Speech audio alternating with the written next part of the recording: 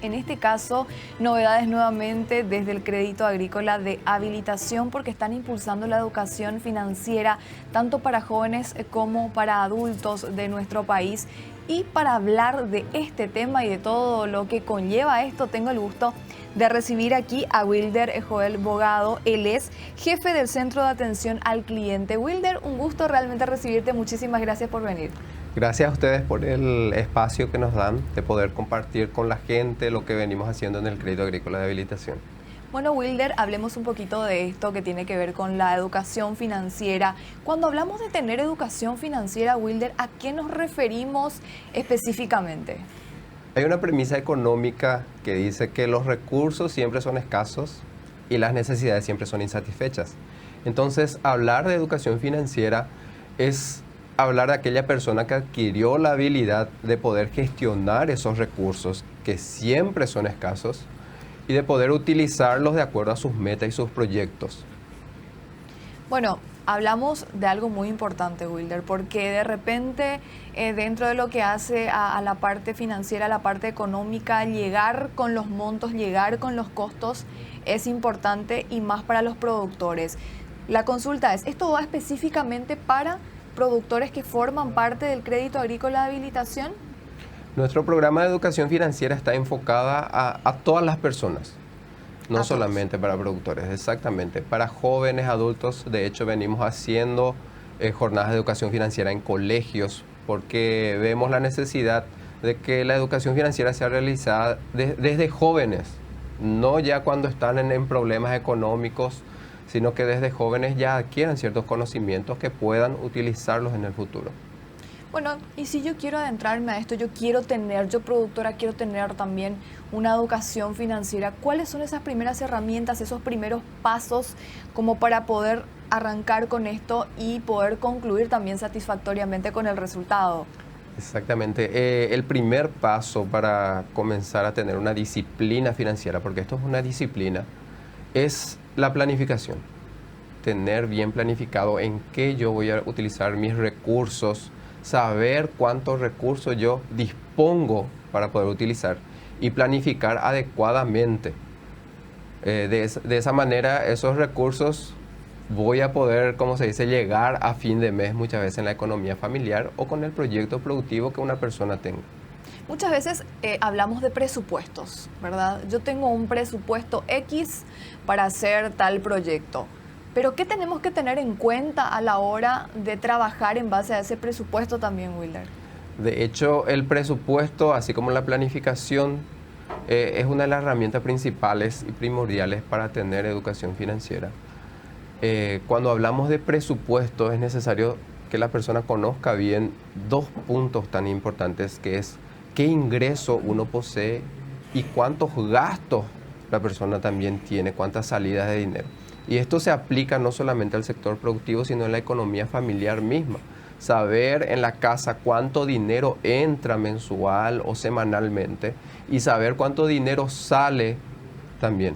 Eso es importantísimo para manejar un presupuesto y saber esos gastos, controlarlos, porque los gastos lo que viene a afectar más muchas veces nuestra economía, esos gastos que no controlamos.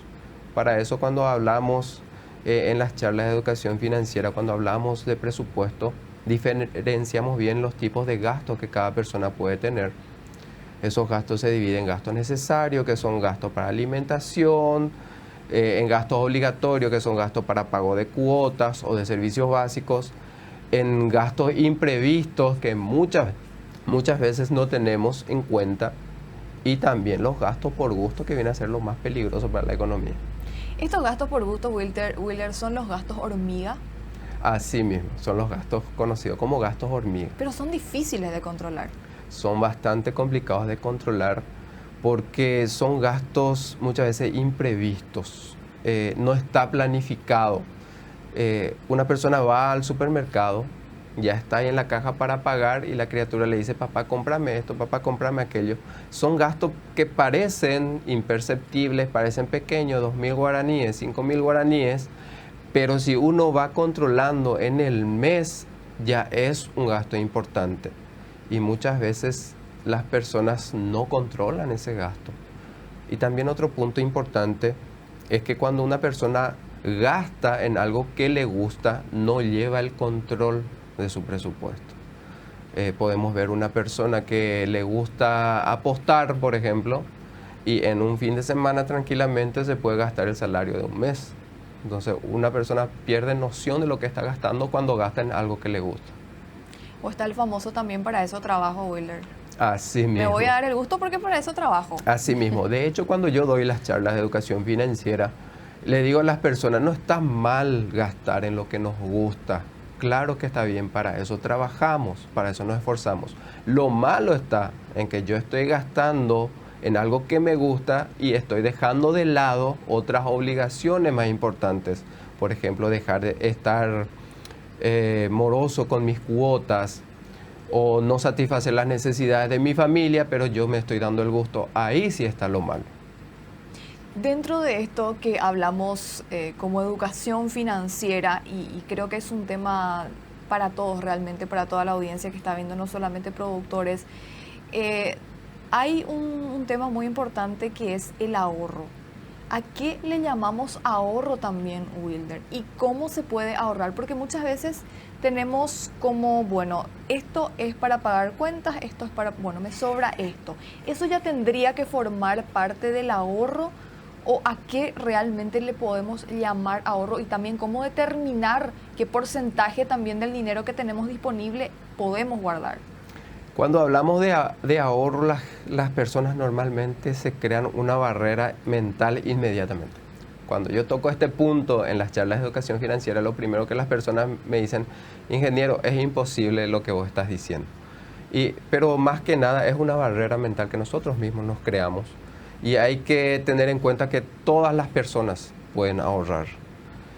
El tema está en que en cuanto yo estoy dispuesto a guardar de mis ingresos, ya sea para cubrir ciertos imprevistos o para llevar a cabo un proyecto productivo que yo estoy teniendo. Cuando una persona lee un libro de economía o de finanzas, el ahorro siempre viene a ser un punto fundamental.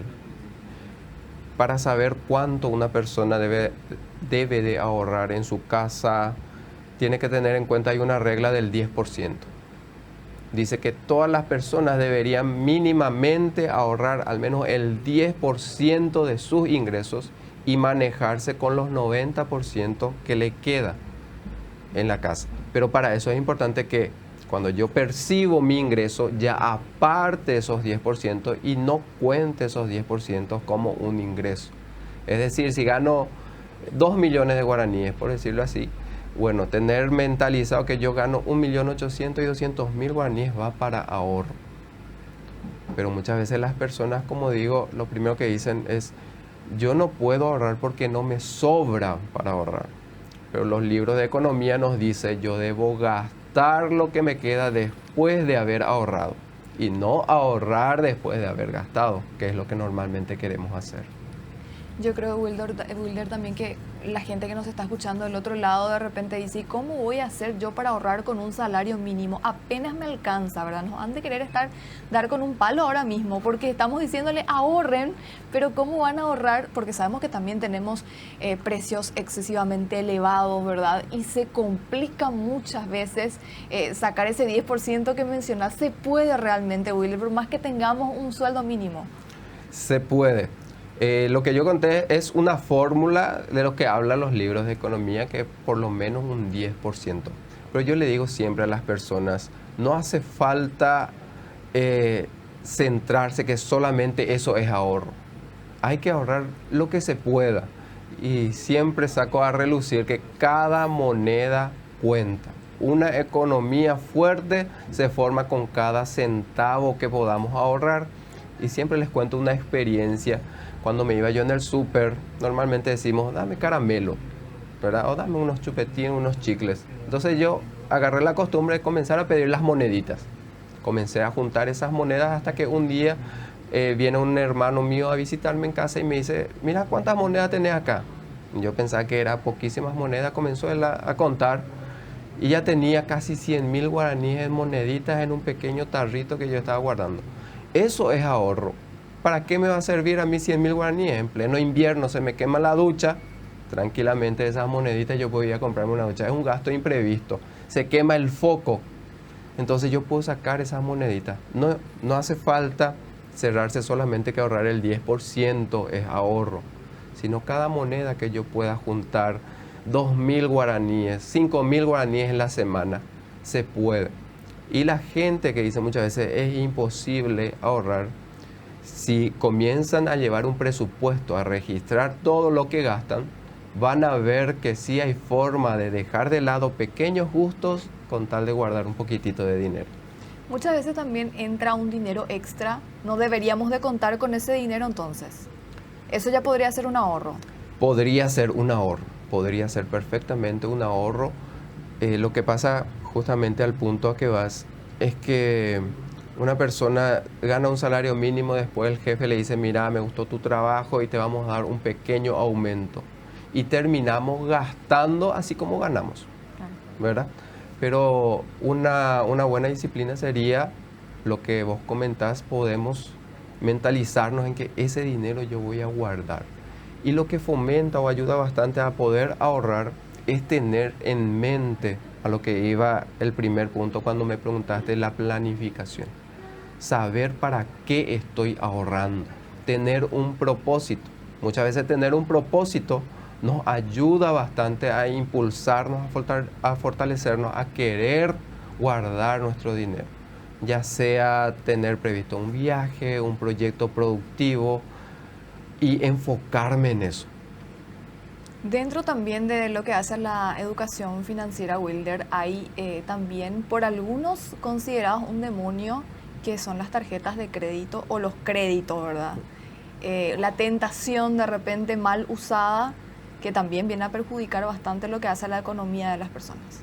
Así mismo, así mismo. Y hoy día abundan las ofertas de crédito.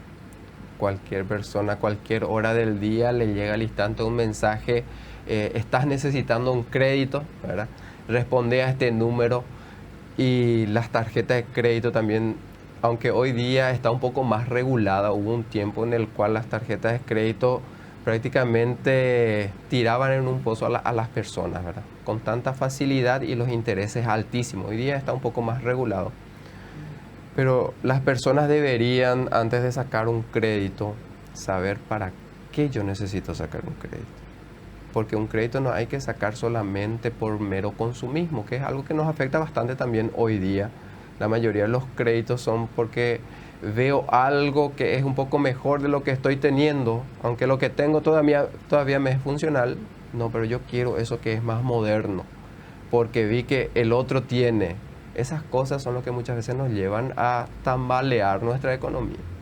Wilder, yo ya te estoy sacando toda la información antes de ir a la pausa, ¿verdad? Pero quiero hacerte una última consulta porque sé que también hay mucha gente que nos ve del otro lado y que se hace este tipo de consultas. ¿En qué, por ejemplo, no hay que endeudarse? ¿Por qué motivo vos no debes sacar un crédito? Muchas veces se dice no te endeudes por un auto, por ejemplo.